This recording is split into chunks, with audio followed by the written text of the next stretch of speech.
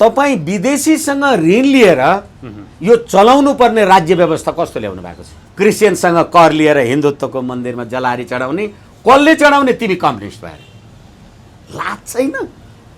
त्यो नेपाली युवाहरूले देख्नु पर्दैन? ती बुझ्दैनन्, ती पढ्या छैनन्। अनि बाध्यता हो भनेर हेर्नुहोस्, जहिले पनि तपाईलाई अन्याय पर्यो भने, तपाईलाई चोट लाग्यो भने तपाईले ऐया भन्नुपर्छ। होइन भने म त सधैँ तपाईलाई दलेर खान पाइरहेको छु, दलिरहन्छु। सुस्मिता रेग्मी भन्ने कुरामा त अब सुस्मितालाई न्याय दे भनेर यहाँ नारा लागिरहेको छ। म पनि सुस्मिता, तिमी पनि सुस्मिता, हामी अनि उनीहरूलाई चाहिँ न्याय दिनुपर्छ कि पर्दैन? र उनीहरूलाई न्याय दिनु पर्यो भनेदेखि हिजो जनयुद्धको टाइममा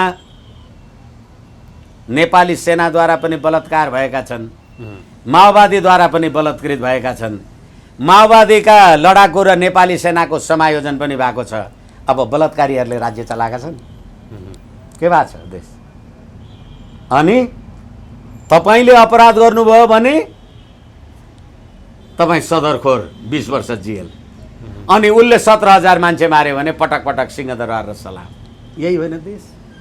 जुन देशमा शिक्षाको व्यापार छ, संस्कृतिको व्यापार छ, जुन देशमा सञ्चारको सूचनाको व्यापार छ, त्यो मुलुक तपाईँ लोक कल्याणकारी भन्ने?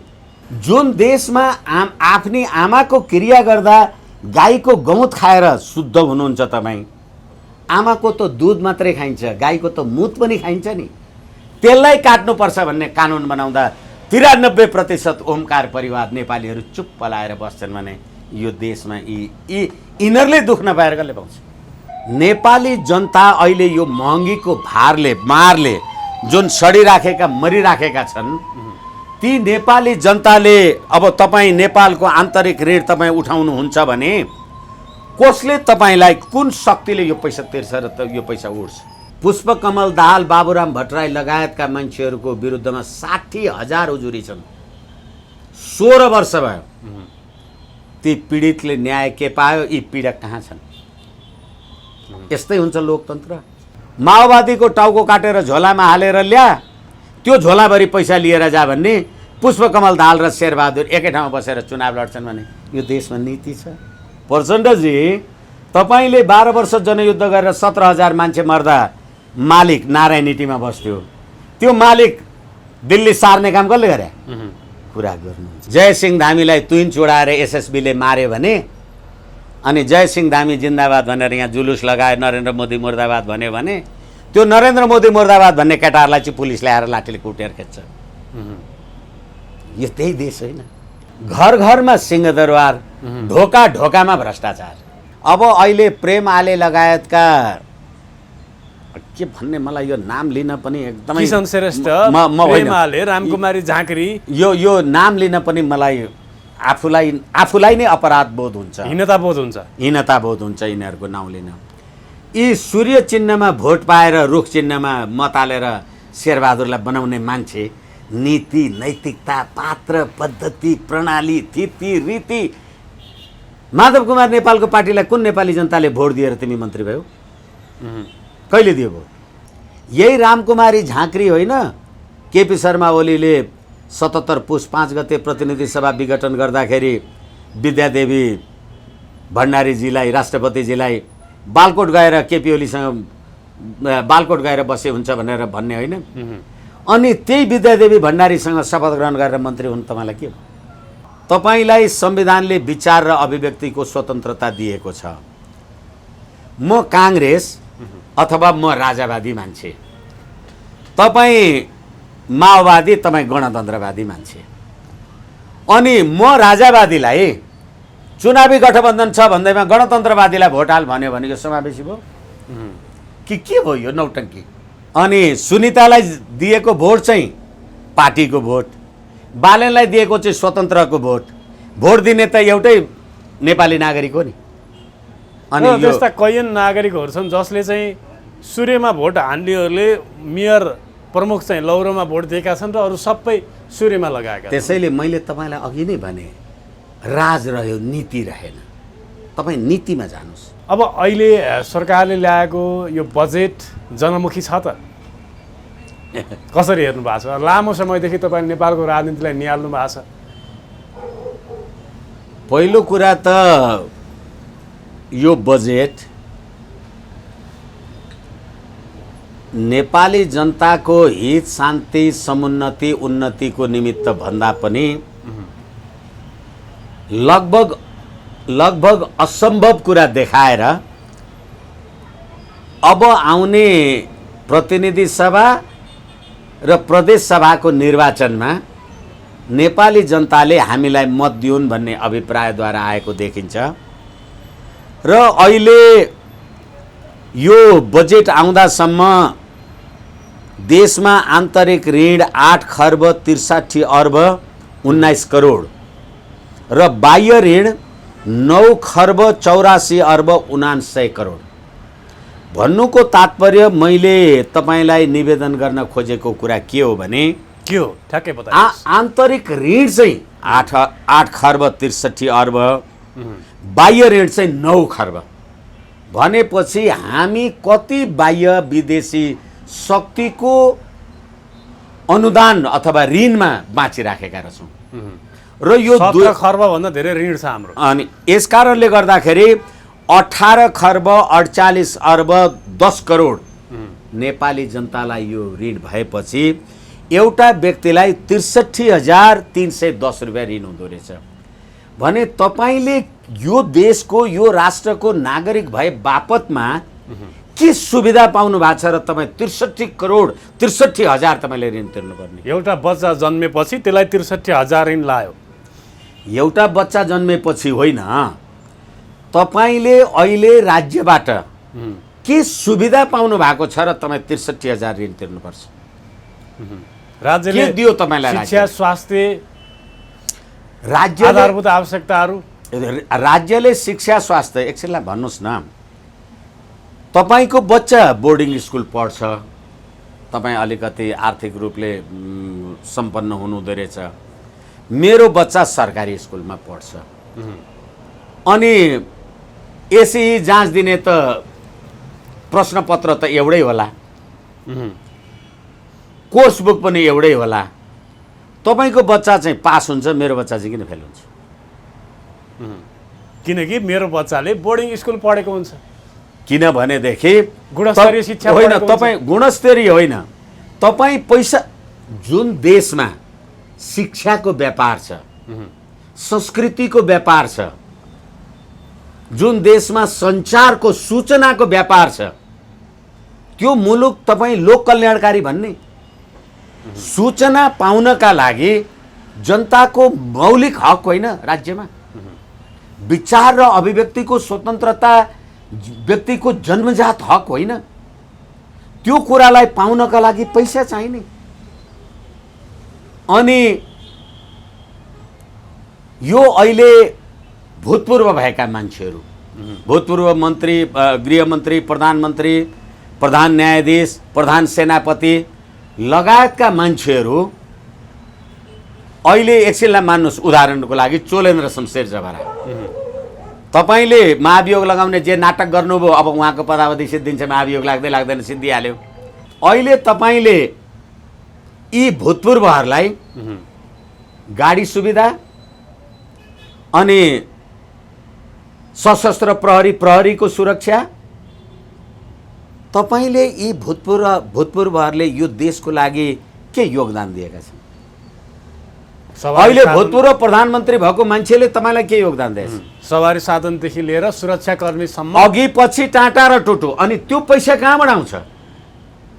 बाटोमा मकै पोल्न बेचेको मान्छे बर्सात परेको बेलामा छाताले त्यो अगेनो त्यो तावा छेक्ने छाता छैन, त्योसँग तपाईँ कर लिएर अर्बौं यिनीहरूलाई सरकारी सुविधा बाँड्नुहुन्छ। अहिले तपाईँले भूतपूर्व राष्ट्रपति र उपराष्ट्रपतिलाई कति सुविधा दिनुहुन्छ? हिजो देशमा एउटा राजा थियो, राजा त बाँचुन्जेल राजा हुन्थ्यो, 10 वर्ष 20 वर्ष 25 वर्ष 30 वर्ष। अहिले त हरेक 5 वर्षमा राजा फेर्नुहुन्छ तपाईँ। रामवरण यादवलाई दिने सुविधा आदि इत्यादि खर्च, त्यो उपराष्ट्रपतिलाई दिने खर्च, त्यसका परिवारले पाल्ने खर्च के योगदान छ अहिले रामवरण यादवजीको र तपाईँ दिनुहुन्छ? अनि नेपाली जनताले हामीले गणतन्त्र ल्यायौँ, हामीले लोकतन्त्र ल्यायौँ, के भयो लोकतन्त्र? यसै कारणले गर्दा अहिले चालु खर्च र यो पुँजीगत खर्चको विषयमा आज बताइदिनुहोस् ठ्याक्कै। अब चालु खर्च र पुँजीगत खर्चको बारेमा हालाकि म यो आर्थिक कुराहरूलाई अर्थशास्त्री होइन, तर तपाईँले नजिकबाट चाहिँ विश्लेषण गर्नु सक्नुहुन्छ। अहिले आन्तरिक ऋण यो बजेटले 2 खर्ब 56 अर्ब र वैदेशिक ऋण 2 खर्ब 42 अर्ब 26 करोड प्रस्ताव गरेको छ। नेपाली जनता अहिले यो महँगीको मारले जुन सडिराखेका मरिराखेका छन्, ती नेपाली जनताले अब तपाईँ नेपालको आन्तरिक ऋण तपाईँ उठाउनुहुन्छ भने कसले तपाईँलाई कुन शक्तिले यो पैसा तिर्छ र यो पैसा उड्छ? अनि त्यसै गरेर तपाईँ वैदेशिक ऋण अहिले वैदेशिक ऋण 9 खर्ब 84 अर्ब पुगिसक्यो, अझै तपाईँ के को लागि गर्दै हुनुहुन्छ? किनभने अस्ति 2079 वैशाख 2 गते मन्त्री परिषदको बैठक बसेर 18 अर्ब ऋण लिने प्रस्ताव पास गर्यो क्याबिनेटले। त्यो चाहिँ 0.75% ब्याज दरमा। किन रे भने स्थानीय निकायलाई बलियो बनाउनलाई, मुलुकको सङ्घीय संरचना बलियो बनाउनलाई, सङ्घीयतालाई पाल्न। तपाईँ विदेशीसँग ऋण लिएर यो चलाउनु पर्ने राज्य व्यवस्था कस्तो ल्याउनु भएको छ? अस्ति भर्खर स्थानीय निकायमा तपाईँहरूले पनि मत हाल्नुभयो होला। को जिते को आयो, अब त्यो फेरि कुरा गर्दा अर्को पार्ट त्यो लामो हुनसक्छ। सरकारको खर्च मात्रै त्यो निर्वाचनमा 32 अर्ब, अनि मतदाता कति? 1 करोड 77 लाख, अनि 10% मतदाता मतपत्र रद्द भयो, खारेज भयो भनेपछि तपाईँले 1 करोड 60 लाख नेपाली जनताले मतदान गर्दा 32 अर्ब खर्च गर्नुभयो भने एउटा मतपत्रको प्राइस कति भयो होला? 5000, 6000, 7000। तपाईँले जहाँ छाप लाउँदै हुनुहुन्थ्यो नि 7000 को ऋण टाउकोमा बोक्दै हुनुहुन्थ्यो। अब जो पार्टीका उम्मेदवारहरूले तपाईँलाई जे प्रतिबद्धता व्यक्त गरे नि, उनीहरू के अर्बौं खर्बौंको सम्पत्ति छ र ल्याएर तपाईँको बाटो, घडेरी अथवा शौचालय, वाचनालय, पुस्तकालय बनाइदिन्छ? तपाईँसँगै कर उठाएर बनाउने हो। अनि तपाईँको कमाउने बाटो चाहिँ खोइ? विदेश जाने, अस्ट्रेलिया जाने, अब होइन, कतार जाने, दुबई जाने। एकैछिन मलाई यसमा पनि क्षमा गर्नुहोस्। उमेरको कारणले तपाईँहरू आम संसारको मान्छे हुँदाहुँदै पनि युवा हुनुहुन्छ। त्यो कहिलेकाहीँ यो देशका युवाहरूलाई पीडा लाग्छ कि लाग्दैन मलाई थाहा छैन, तर यो अङ्ग्रेजी त्यो कहिलेकाहीँ मैले भन्ने गर्छु, यो अलिकति शब्द अप्रिय भए पनि यो अङ्ग्रेजीलाई बजिया भन्यो भने थ्याङ्क यू भन्छ अरे के, कुरा नबुझेपछि त थ्याङ्क यू भन्ने न हो।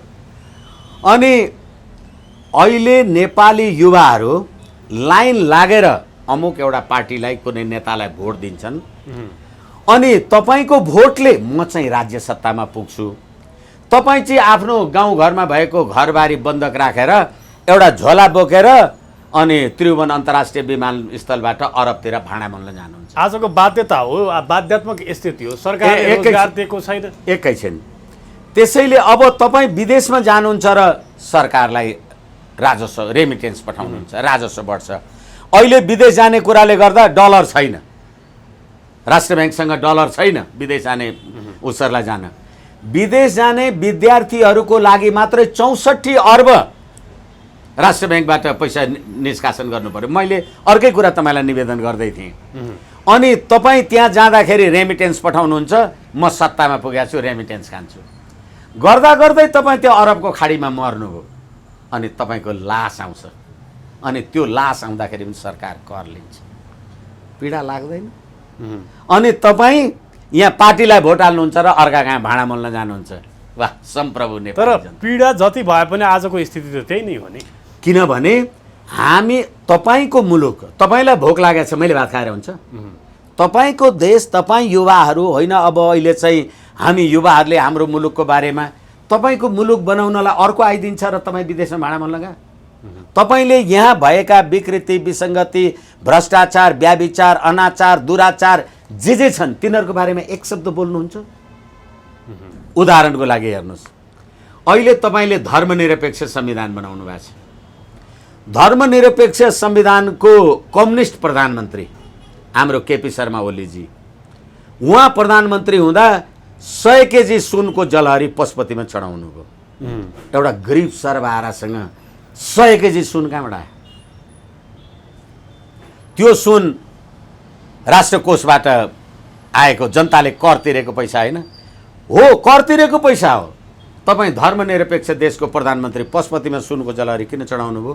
किनभने तपाईँलाई राज्यकोषमा कर तिर्ने त मुसलमान पनि होला नि, ऊ त हिन्दुत्व मान्दैन। क्रिस्चियन पनि होला नि, क्रिस्चियनसँग कर लिएर हिन्दुत्वको मन्दिरमा जलहारी चढाउने कसले चढाउने? तिमी कम्युनिस्ट भएर। लाज छैन? त्यो नेपाली युवाहरूले देख्नु पर्दैन? ती बुझ्दैनन्, ती पढ्या छैनन्। अनि बाध्यता हो भनेर हेर्नुहोस्, जहिले पनि तपाईँलाई अन्याय पर्यो भने, तपाईँलाई चोट लाग्यो भने तपाईँले ऐया भन्नुपर्छ। होइन भने म त सधैँ तपाईँलाई दलेर खान पाइरहेको छु, दलिरहन्छु नि। अहिले तपाईँले धर्मनिरपेक्ष देशको संविधानमा गाई राष्ट्रिय जनावर भनेर लेख्नुभयो। अनि त्यो गाई राष्ट्रिय जनावर भनेर कसले लेख्नुभयो? तपाईँले भोट दिएर पठाएका संविधान सभाका सदस्यहरूले। अनि ती संविधान सभाका सदस्यहरूलाई भोट दिँदा तपाईँले गाईको दूध खुवाएर पठाउनु भयो। घरमा देउताको मन्दिर थियो भने पूजा प्रणाम पनि गर्नुभयो, भोट पनि दिनुभयो। अनि तिनै आएर फेरि गाई काट्न पाउनुपर्छ भन्ने कानुन बनाए, तपाईँ ताली पड्काएर बस्नुभयो। तपाईँलाई दुख नपाएर कसले हुन्छ? फेरि अर्को कुरा, म यो राज्य प्रणालीको पक्षधर मान्छे होइन, सबैलाई भनेको छु मैले। तपाईँ यो प्रणालीको विरोधी हो त्यसो भए होइन, यसमा कुनै प्रश्नै छैन। मेरो आमा त तपाईँ विरोधी। मेरो आमा मर्नुभयो, मेरो आमाको दूध खाएर म हुर्किएँ। मेरो आमा मर्नुभयो भने आमाको काजक्रिया आदि इत्यादि गर्दाखेरि गाईको गहुँत खाइन्छ। अनि जुन देशमा आफ्नी आमाको क्रिया गर्दा गाईको गहुँत खाएर शुद्ध हुनुहुन्छ तपाईँ, आमाको त दूध मात्रै खाइन्छ, गाईको त मुत पनि खाइन्छ नि। त्यसलाई काट्नुपर्छ भन्ने कानुन बनाउँदा 93% ओमकार परिवार नेपालीहरू चुप्प लाएर बस्छन् भने यो देशमा यिनीहरूले दुख नपाएर कसले पाउँछ? यसै कारणले गर्दाखेरि यो अहिलेको बजेट तपाईँ जे भन्नुहोस्, अहिले कर्मचारीहरूको तलब वृद्धि 15% तलब वृद्धि, अनि नेपाली जनताको, तपाईँ एउटा आम नागरिक, तपाईँलाई के वृद्धि? तपाईँले त अब 15% थपेर कर तिर्नु पर्यो नि। तपाईँले 15% सुविधा पाउने के? वृद्ध भत्ता। तपाईँ वृद्ध भत्ता 68 वर्षको उमेरमा सरकारले वृद्ध भत्ता दिने भयो। एकछिन, प्रश्न तपाईँको उमेर पुगिसक्यो होला। अब मेरो उमेर पुगेन स्पेसिफाई नगरौँ न, हामी सैद्धान्तिक कुरा गरौँ। तपाईँले वृद्ध भत्ता भन्नुभयो, अनि म करोडपति मान्छे छु, अनि त्यहाँबाट मेरा छोराछोरीहरूले मलाई वृद्ध आश्रममा लगाएर राखे, मेरो घरबारी आदि इत्यादिबाट म वञ्चित छु। अब म त्यहाँ वृद्ध भत्ता लिन जाने? त्यो वृद्धहरूको संरक्षण गर्ने काम चाहिँ के गर्नुभयो तपाईँले? र यो मेरो घर, म वृद्ध भएँ, छोराछोरी विदेश गए। हिजो यो घर जग्गाको मूल्य 5 करोड थियो, अब अहिले त्यो मूल्य बढेर 20 करोड भयो। त्यो मूल्य 20 करोड बनाउनुमा मेरो योगदान छैन? अब हिजो 5 करोडको कर तिर्दा हुने, अब म वृद्धले 20 करोडको कर तिर्नुपर्छ, के कमाइ छ मेरो भनेर हुन्छ? तपाईँले उपभोग गर्ने समय पनि छैन। वृद्ध भइसक्नु भयो, वृद्ध भइसकेपछि त उपभोग गर्ने समय छैन। त्यसो पनि होइन, हिजो त्यही कुरा तपाईँले 5000 कर तिरेर बस्नुहुन्थ्यो, परिस्थितिले महँगी बढ्यो, अब 20,000 अब त्यो 20,000 भयो। तपाईँको काम के कमाइ भएर अब तपाईँले थपेर 15,000 तिर्नुहुन्छ? कमाइ के छ? अनि सरकारले वृद्धहरूको स्याहार सम्भार सुसार गर्नका लागि, उनीहरूलाई जीवनयापनको बाटो बनाइदिनका लागि अब तपाईँले 68 वर्षको नागरिकलाई वृद्ध भत्ता दिन्छु भन्नुभयो। अब त्यो तपाईँले हुलासचन्द्र गोल्छालाई पनि दिनुहुन्छ? होइन, नेपाली नागरिक प्रत्येकले 68 वर्ष पुगिसके पछाडि त्यसैले अब अधिकारको राइट्सको कुरा हो यो त। होइन, तपाईँ राइट्स होइन, यो कन्सेसनको कुरा हो। तपाईँ 20-22 वर्षको बच्चा हुनुहुन्छ, स्कुल जानलाई महिनामा सरकारी स्कुलै चाहिँ 5,000 रुपियाँ आमा बाबु तिर्न सक्दैनन् र बाख्रा चराउनुहुन्छ। म खरबपति छु तर 68 वर्ष पुगेँ, म 5,000 वृद्ध भत्ता लिन्छु, न्याय छ? के हुन्छ देश? तिनीहरू निडी को हो देशको लागि, आवश्यकताको लागि चाहिने? सबै मान्छेहरूलाई तपाईँले यो ठिक छ दिनुहोस्। वर्गीय विभेद भयो भन्नुभयो। होइन, वर्गीय विभेद भयो भनेको होइन, तपाईँले यो वृद्ध भत्ता बाँडेर नेपाली जनतालाई न्याय गर्नुभयो कि अन्याय गर्नु? त्यो स्कुल कलेज पढ्न नपाए अब तपाईँले आइतबार अड्डा बिदा गर्नुभयो। हुन त अब अहिले बिदा गरे पनि नगरे पनि अघि पछि शनिबार पनि बिदा हुन्थ्यो। म बिरामी भएँ, आज आइतबार छुट्टी छ, डाक्टर अस्पताल आएन, अनि त्यो बिदा छ भनेर म बाँचिरहन्छु कि के हुन्छ? तपाईँले त्यसको लागि चाहिँ के काम गर्नुभयो? यसै कारणले गर्दाखेरि तपाईँले नेपाली जनताको हित, शान्ति, समुन्नति र समृद्धिको लागि एउटा कुनै काम गर्नुको कुरा त छोडिदिनुहोस्। तपाईँ कर तिर्ने, भ्रष्टाचार गर्ने र मोज गर्ने मान्छे। त्यसो भए अहिलेको बजेट जनमुखी छैन, समावेशी छैन। अहिलेको बजेट यो समावेशी भन्ने कुरा गर्दाखेरि पनि हामी पोजिटिभ डिस्क्रिमिनेसन भन्छौँ कानुनी भाषामा। समावेशी तपाईँले अस्ति भर्खरै अथवा अहिले पनि गठबन्धनको सरकार छ, तपाईँलाई संविधानले विचार र अभिव्यक्तिको स्वतन्त्रता दिएको छ। म काङ्ग्रेस अथवा म राजावादी मान्छे, तपाईँ माओवादी, तपाईँ गणतन्त्रवादी मान्छे, अनि म राजावादीलाई चुनावी गठबन्धन छ भन्दैमा गणतन्त्रवादीलाई भोट हाल भन्यो भने यो समावेशी भयो कि के भयो? यो नौटङ्की। त्यसैले देशमा राज रह्यो, नीति रहेन, नैतिकता रहेन। अहिले तपाईँहरू बलात्कारको मुद्दामा हदम्याद हटा भनेर नारा लगाएको पनि के यी पार्लियामेन्टका यी के हुन्, यी कस्ता हुन्, तिनीहरूको कुरा सुन्दै हुनुहुन्छ होला। भनेदेखि अस्ति 1 वर्षको हदम्याद हटाउनु पर्यो, 6 महिनाको हदम्याद र 8 वर्षसम्मको पुरानो उसलाई पनि लगाउनु पर्यो भन्ने कुराहरू त यही माइतीघरको सडकमा तपाईँले पनि देख्नुभयो।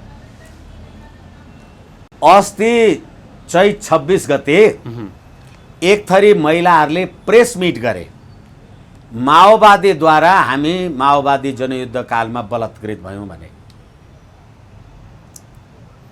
अहिले ती बलात्कृत भएका जसले ती महिलालाई बलात्कार गरे होला, माओवादी त अहिले सत्तामा छ। तपाईँले बलात्कारको मुद्दामा हदम्याद हटाउनुहोस्, प्रचण्डजीमाथि उजुरी आयो भने के गर्नुहुन्छ? के गर्नुहुन्छ त? जनयुद्धकालीन घटनाक्रम, जनयुद्धकालमा भएका बलात्कार। यसै कारणले गर्दाखेरि यो हामी बलात्कृत भयौँ भनेर जसले प्रेस मिट गर्यो, बलात्कारको मुद्दा सरकारवादी हुन्छ।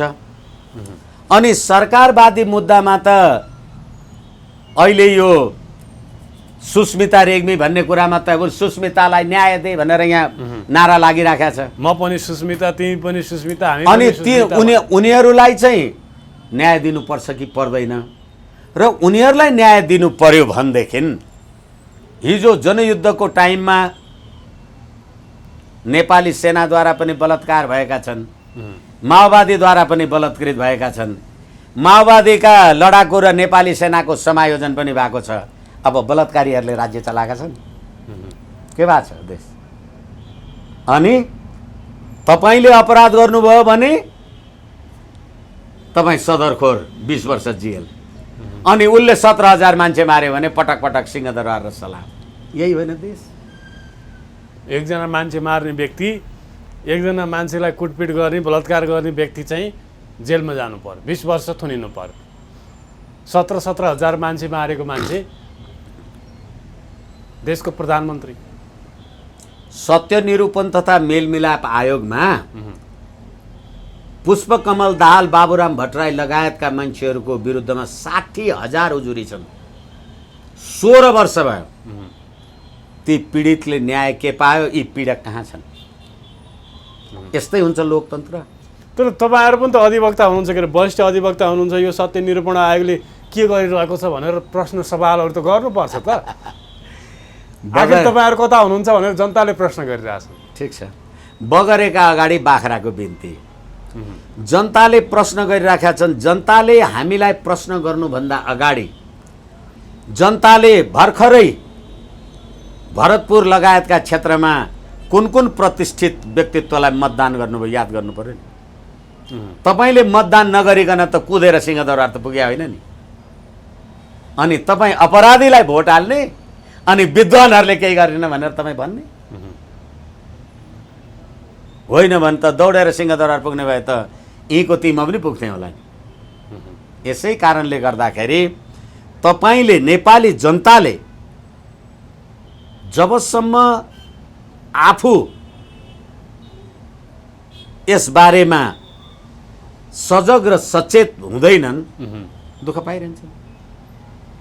अब यो तारा एयरको विमान पोखराबाट जुम्ला जाने क्रममा दुर्घटना भयो। यो निकै पुरानो विमान पनि रहेछ, 43 वर्ष पुरानो निर्माण गरेको। अझै पनि यस्ता पुराना विमानहरू उडाइरहने यी विमान कम्पनीहरूलाई सरकारले किन नियमन गर्दैन? एउटा गाडी 20 वर्ष भएपछि यो सडकमा कुदाउन पाइँदैन, तर जहाज चाहिँ 43 वर्षसम्म पनि उडाउन पाइने। तपाईँले सरकार हेर्नु भएको छैन? कोरोना महामारीको बेलामा ओम्नी गतिविधि के भयो? सेक्युरिटी प्रेस खरिदमा तत्कालीन बाँसकोटाजीहरू के कहाँ पुग्नु भयो? योगेश भट्टराईजीहरू पर्यटन मन्त्री हुँदा 200 वर्ष पुरानो नारायणहिटी राजदरबारमा भट्टी पसल खोल्न दिने के भयो? त्यही अन्तर्गतको होइन यो अनुमति? तर अहिले त प्रेम आले छन् भन्छ नि, अब नागरिक उड्डयन मन्त्री, पर्यटन मन्त्री अब राम्रो काम गरिरहेछन् भनेर भन्छन्। अब यिनीको पालामा यस्ता 43 वर्षका थोत्रा विमानहरूले 22 जनाको ज्यान लियो। एकैछिन अब अहिले प्रेम आले लगायतका के भन्ने, मलाई यो नाम लिन पनि एकदमै, किशन श्रेष्ठ, प्रेम आले, रामकुमारी झाँक्री, यो नाम लिन पनि मलाई आफूलाई नै अपराध बोध हुन्छ, हीनता बोध हुन्छ यिनीहरूको नाउँ लिन। यी सूर्य चिन्हमा भोट पाएर रुख चिन्हमा मत हालेर शेरबहादुरलाई बनाउने मान्छे नीति, नैतिकता, पात्र, पद्धति, प्रणाली, थिति, रीति। माधव कुमार नेपालको पार्टीलाई कुन नेपाली जनताले भोट दिएर तिमी मन्त्री भयो?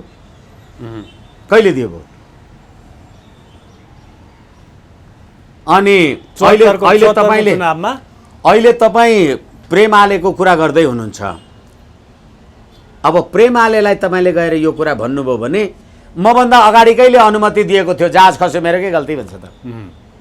तपाईँले राजकीय जिम्मेवारी लिनुहुन्छ। यही रामकुमारी झाँक्री होइन, केपी शर्मा ओलीले 77 पुस 5 गते प्रतिनिधि सभा विघटन गर्दाखेरि विद्यादेवी भण्डारीजीलाई, राष्ट्रपतिजीलाई बालकोट गएर केपी ओलीसँग बालकोट गएर बसे हुन्छ भनेर भन्ने होइन? अनि त्यही विद्यादेवी भण्डारीसँग शपथ ग्रहण गरेर मन्त्री हुनु तपाईँलाई के हो? कहाँ हुनुहुन्छ? त्यसै कारणले मैले तपाईँलाई सुरुमा भने यो देशमा भ्रष्ट अपराधीहरूको राज्य भयो। यो राज रह्यो, नीति रहेन। नीति छैन यो देशमा। होइन भने माओवादीको टाउको काटेर झोलामा हालेर ल्या, त्यो झोलाभरि पैसा लिएर जा भन्ने पुष्पकमल दाहाल र शेरबहादुर एकै ठाउँमा बसेर चुनाव लड्छन् भने यो देशमा नीति छ, पद्धति छ, पात्र छ, प्रणाली छ। अनि जो आफूलाई सर्वहारा हुँ भन्छन् अनि दसैँ पेस्की लिएर दसैँमा 15 दिन छुट्टी मनाउँछन्, अनि उनीहरू त दसैँ पेस्की लिन्छन्, नेपाली जनताले तिरेको कर खान्छन्, दसैँमा नेपाली जनतालाई के दिनुहुन्छ तपाईँ? अझ अनि तपाईँ धर्मनिरपेक्षको संविधान भन्नुहुन्छ, अनि दसैँमा आयो द्रोण सुते श्रेयम दशरथे शत्रुक्षयम राघवे भनेर टीका लगाउनुहुन्छ। के को टीका लगाउनुहुन्छ? गाईको दुधमा जमाएको दही। अनि कानुन के बनाउनुहुन्छ? गाई काट्न पाउनुपर्छ भनेर। अनि त्यो दही निधारमा लगाएर यी नेपाली जनता हुन्। अनि अहिले मतदान गरेको हेर्नुहोस् स्थानीय निकायमा। तर अब काठमाडौँ र धरानका वासीहरूले त यिनीहरूलाई त पत्याएन नि त तपाईँहरू भने जस्तै। ठ्याक्क तपाईँले भने झैँ यिनीहरूको गुण, यिनीहरूको विवेक सबै कुरा थाहा पाए जस्तै नै नयाँ मान्छेलाई रोज दिए, जो कि कुनै दलको झन्डा बोकेका थिएनन्, काँधमा नेपालको झन्डा बोकेर हिँडेका थिए। तपाईँले भनेको कुरा सतहमा जति ठिक होला, यो व्यावहारिकतामा त्यति नै कठोर विषय हो। अहिलेको वर्तमान राज्य प्रणालीको दल त्याग ऐन 2073 को दफा 31ले स्थानीय निकायको पदाधिकारी जुन दलको टिकट लिएर चुनाव लडेको हो त्यो दलको निर्देशन मानेन भने त्यो पदबाट हट्छ, त्यो बर्खास्त हुन्छ। अहिले तपाईँ भनिसके पछाडि कांग्रेसबाट निर्वाचित भएको प्रमुख उपप्रमुखलाई अथवा वडा अध्यक्षलाई चाह्यो भने कांग्रेसले निलम्बित गर्न सक्छ, निष्कासन गर्न सक्छ, व्हिप लाग्छ। अहिले तपाईँ काठमाडौँको उदाहरण लिँदा नि every coin has guts to sides भने जस्तै तपाईँ मेयर भएको मान्छेले लिएको मतको पाएको मतको कुरा गर्नुहुन्छ, तत्कालै सुनिता डङ्गोलले पाएको मत किन कुरा गर्नुहुन्न? सुनिता त पार्टीबाट आएको थियो, पार्टीको उम्मेदवार हो। होइन, व्यक्ति हेरे जनताले। एकैछिन म सम्मानका साथ तपाईँसँग असहमति राख्ने अनुमति चाहूँ। किन असहमति राख्नुहुन्छ? व्यक्ति हेरेको पर तपाईँको असहमति? मैले किन राखेँ भन्ने सुनेपछि न अनि तपाईँको प्रश्न होला। सुनिता डङ्गोलले कति भोट पाउनुभयो? 66,000 समथिङ। अनि बालनजीले कति पाउनुभयो? 62,000। अनि नेपाली जनताले पार्टीलाई रुचाएछन् कि व्यक्तिलाई रुचाएछन्? विचार गर्नुहोस्। त्यसैले जसले सुनिताजीलाई भोट दिएछ त्यसले बालनलाई त दिएन रहेछ नि, बुझ्नुभयो? अनि सुनितालाई दिएको भोट चाहिँ पार्टीको भोट, बालनलाई दिएको चाहिँ स्वतन्त्रको भोट। भोट दिने त एउटै नेपाली नागरिक हो नि। अनि त्यस्ता कैयन नागरिकहरू छन् जसले चाहिँ सूर्यमा भोट हान्नेहरूले मेयर प्रमुख चाहिँ लौरोमा भोट दिएका छन् र अरू सबै सूर्यमा लगाएका। त्यसैले मैले तपाईँलाई अघि नै भने राज रह्यो, नीति रहेन। तपाईँ नीतिमा जानुहोस्। काठमाडौँमा 52% मात्रै मत खस्यो। विराटनगरमा 19,000 चान्चुनले उपमेयरको चुनाव जित्यो, 20,000 भोट बदर भयो। के हो यो? नेपाली जनताको अभिमत हो। अनि काठमाडौँको जनता रत्न राज्य स्कुलमा मतदान केन्द्र छ, पानी ट्याङ्कीमा घर भएको मान्छे गएर भोट किन हालेन? अनि 3 करोड नेपाली जनतालाई शासन गर्ने यो अहिलेका निर्वाचित 35,045 जना मान्छे कतिवटा शासक बनाउनु भएको छ? यिनीहरूको काम के? तपाईँको घरमा छोरा पायो अथवा बुढिया सुत्केरी भइन्, जन्म दर्ता गर्नुहोस्। अनि त्यहाँबाट मर्यो, मृत्यु दर्ता गर्नुहोस्। खोलो तर्यो, त्यो डुङ्गाको कर तिर्नुहोस्। डुबेर मर्यो, मृत्यु दर्ता गर्नुहोस् अनि कर तिर्नुहोस्। अनि तपाईँ टाट नभएर के भने?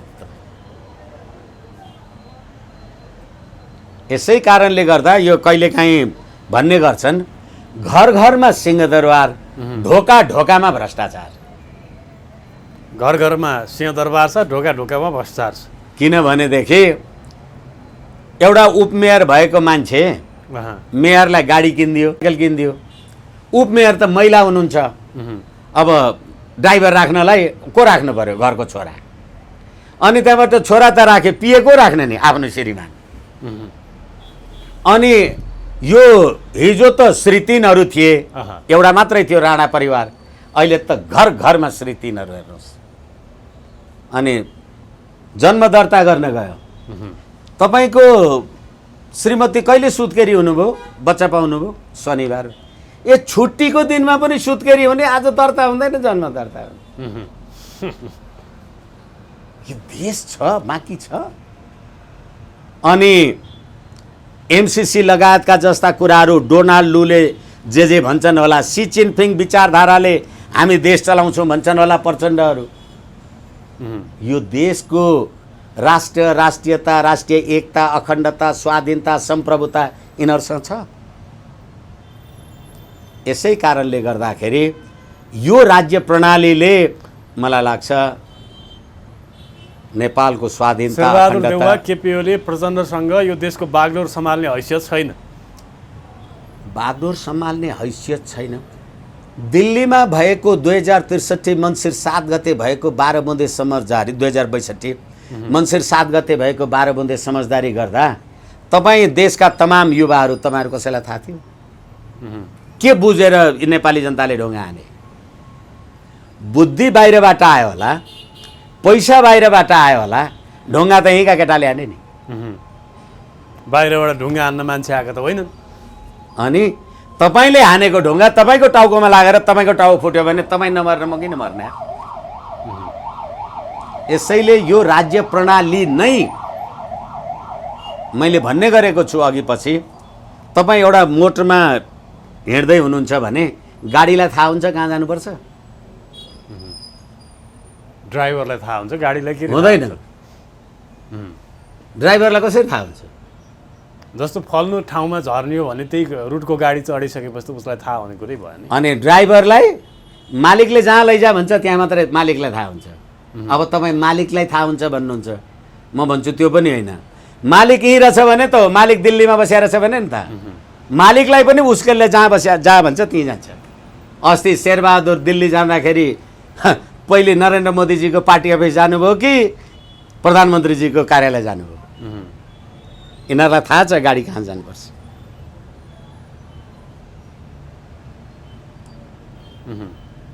यसै कारण तपाईँको देशको स्वाधीनता, सम्प्रभुता, अखण्डताको बारेमा तपाईँ आफू नै चनाखो हुनु भएन भने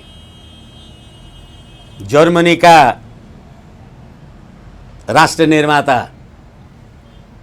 बिस्मार्कले भन्थे बलिदानको बिरुवा, राष्ट्रियताको बिरुवा बलिदानको रगतले हुर्किन्छ। यहाँ जयसिंह धामीलाई तुइन चुडाएर एसएसबीले मार्यो भने अनि जयसिंह धामी जिन्दाबाद भनेर यहाँ जुलुस लगाए, नरेन्द्र मोदी मुर्दाबाद भन्यो भने त्यो नरेन्द्र मोदी मुर्दाबाद भन्ने केटाहरूलाई चाहिँ पुलिस ल्याएर लाठीले कुटेर खेल्छ। यो त्यही देश होइन? अन्त्यमा के भन्न चाहनुहुन्छ तपाईँलाई हेरेर बस्ने दर्शक महानुभावहरूलाई?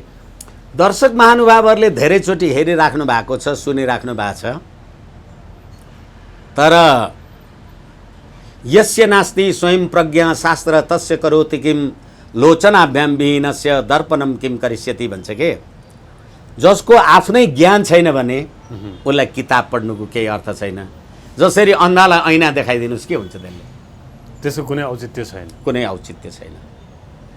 र नेपाली जनतालाई मैले सधैँ आम सञ्चार मार्फत भनेको छु, तपाईँको राष्ट्रियतालाई स्थायी राख्न, तपाईँको धर्म संस्कृतिलाई बचाइराख्नका लागि तपाईँ जागरुक हुनु भएन भने 94% ओमकार परिवार बस्छन्, सबै धर्म बनेको अफिम हो भन्ने त्यो धर्मनिरपेक्षहरूलाई भोट हाल्छन्। अस्ति भर्खरै वैशाख 30 गते के भन्ने यिनीहरूलाई?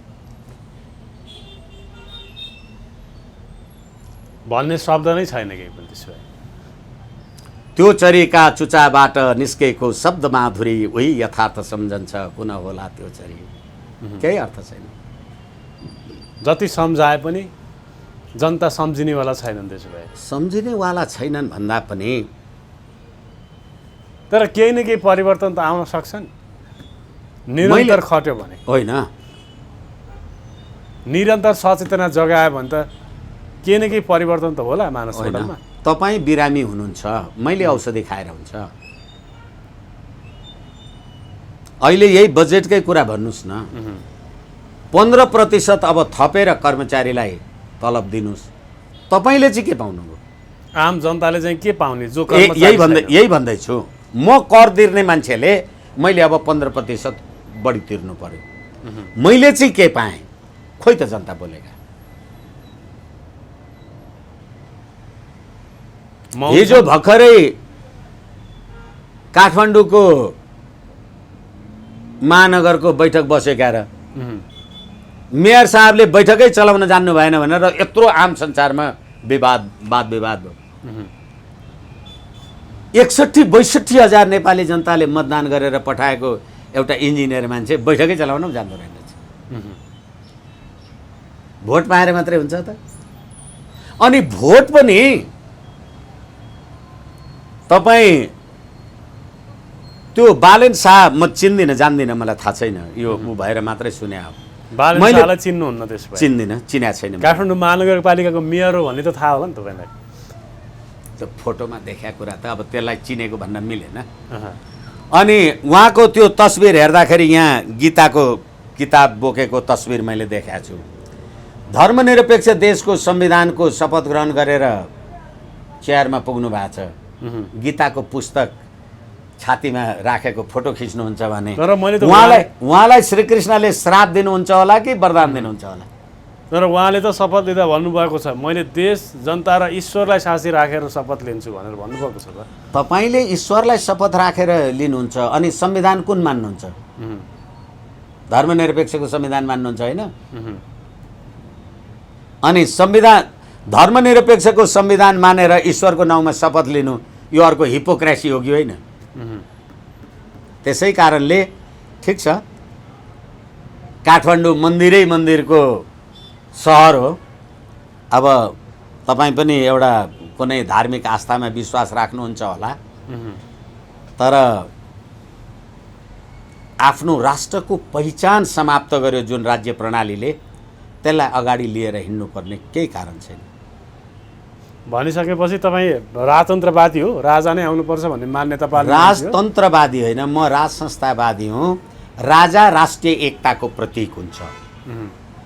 अहिले तपाईँ राष्ट्रिय एकताको प्रतीक को हो तपाईँको देशमा? कसलाई भन्नुहुन्छ? राष्ट्रिय एकताको प्रतीक प्रचण्ड गठबन्धन गरे, यो एमालेलाई नमिलाएर। मलाई अलिकति क्षमा गर्नुहोस्, मैले मेरो कुरा तपाईँहरूलाई भन्न जाने जस्तो लागेन। तपाईँ पनि राष्ट्रपतिको चुनाव लड्नुभयो, म पनि राष्ट्रपतिको चुनाव लडेँ। तपाईँलाई उसले भोट दियो, मलाई उसले दिएन, म राष्ट्रपति भएँ भने मलाई भोट नदिने मान्छेहरूप्रतिको मेरो धारणा र मलाई भोट दिने मान्छेहरूप्रतिको धारणा के होला? मेरो नदिनेहरूप्रतिको धारणा चाहिँ अलिकति नकारात्मक होला, दिनेहरूप्रतिको धारणा सकारात्मक होला। जो राष्ट्रपति भएर देशको नागरिकलाई नकारात्मक धारणा राख्छ त्यो देशको राष्ट्रिय एकताको प्रतीक हुन्छ? त्यो राष्ट्रपति हुन्छ? त्यो राष्ट्रको पति भयो कि बहुमतको पति भयो? त्यो तर निर्वाचित भइसकेपछि सबै जनताको प्रतिनिधि हो नि। फेरि पनि मैले मेरो कुरा तपाईँहरूलाई भन्न जाने जस्तो लागिरहेको छैन। तपाईँ जसरी एउटा मन्त्रीलाई अथवा प्रधानमन्त्रीलाई कुनै माग डिमान्ड जुलुस सुलुस लाउँदा फल्ना चोर देश छोड भनेर नारा लगाउँछन् नि, राष्ट्रपतिलाई त्यो नारा लाउने नलगाउने त्यो राष्ट्रिय एकताको प्रतीक हो भने त्यो कसरी राष्ट्रिय एकताको प्रतीक हुन्छ? मैले भोटै हालेको छैन, तपाईँले हाल्नुभयो होला, तपाईँको होला, मेरो होइन नि। राष्ट्रपति त्यसो भए अहिले राष्ट्रिय एकताको प्रतीक होइन। राष्ट्रपति निर्वाचनद्वारा आएको व्यक्ति राष्ट्रपति हुँदैन। तपाईँ एउटा कुरा यसरी पनि बुझ्नुहोस्, जुन बेला पुष्पकमल दाहालजीले तत्कालीन प्रधान सेनापति, म तिनीहरूको नाउँ लिन चाहन्न, प्रधान सेनापतिलाई पदबाट हटाउने निर्णय गर्नुभयो, त्यतिखेर रामवरण यादवजीले भन्नुभयो म भैँसी चराएर आएको मान्छे, भैँसी गोठालो, म बरु भैँसी चराउन जान्छु, तर यो सेनापति मन्त्री परिषदले गरेको यो निर्णय मान्दिनँ भन्नुभयो। अनि त्यतिखेरै म हेटौँडा एउटा कुनै सार्वजनिक भाषण गर्ने कार्यक्रममा पुगेका थिएँ। हेटौँडाको महेन्द्र चोकमा त्यो राजा महेन्द्रको शालिग हटाएर गौतम बुद्धको शालिग राखेर छ। अनि मैले सोचेँ ए यो राजा हट्यो भने चाहिँ बुद्ध हुने रहेछ, राष्ट्रपति हट्यो भने चाहिँ भैँसी गोठालो हुने रहेछ। अनि नेपाली जनता भैँसी गोठालो रोज्ने कि भगवान् बुद्ध रोज्ने? राजा शुद्धोधनको छोरा होइन नि? अनि त्यस्तो पनि कोही राष्ट्रिय एकताको प्रतीक हुन्छ? त्यति मात्रै होइन, त्यति भएपछि माओवादीले 3-4 दिन नेपाल बन्द गर्यो। यो माधव नेपालजी प्रधानमन्त्री थियो, बानेश्वरको खुला मञ्चमा भाषण गर्दा उहाँले भन्नुभयो यसको मालिक, यो सरकार यसको मालिक दिल्लीमा बस्छ, म योसँग कुरा गर्दिनँ, दिल्लीमा कुरा गर्छु भने। प्रचण्डजी तपाईँले 12 वर्ष जनयुद्ध गरेर 17,000 मान्छे मर्दा मालिक नारायणीटीमा बस्थ्यो, त्यो मालिक दिल्ली सार्ने काम कसले गरे? कुरा गर्नुहुन्छ तपाईँ। तेस्रो जनआन्दोलन भनेर कैयन दिनसँग हप्तौँ दिनसम्म आन्दोलन गरे। त्यसैले तपाईँले संसारको सबभन्दा सुखी देश डेनमार्क, त्यहाँ राज संस्था छ।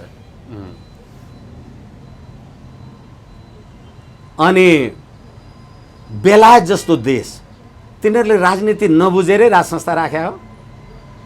प्रचण्डले धेरै बुझ्या छ है। जोन मेजरले म क्रिस्चियन हुनुमा गर्व गर्छु भन्छन्। तिमीलाई 94% ओमकार परिवार हुँदा म हिन्दू हुँ भनेर गर्व हुँदैन?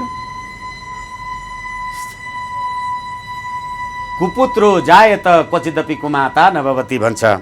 आमा चाहिँ कुमाता हुन्न अरे, छोरो चाहिँ कुपुत्र पनि पैदा हुन्छ अरे। यी कुपुत्रहरूले चलाएको। हुन्छ, समय दिनुभयो, तपाईँसँग मिठो संवाद गर्ने अवसर मिल्यो, त्यसको लागि धेरै धेरै धन्यवाद छ तपाईँलाई। मिठो तितो त जनताले मूल्याङ्कन गर्लान्। मलाई मेरा कुरा राख्ने अवसर दिनुभयो, धन्यवाद।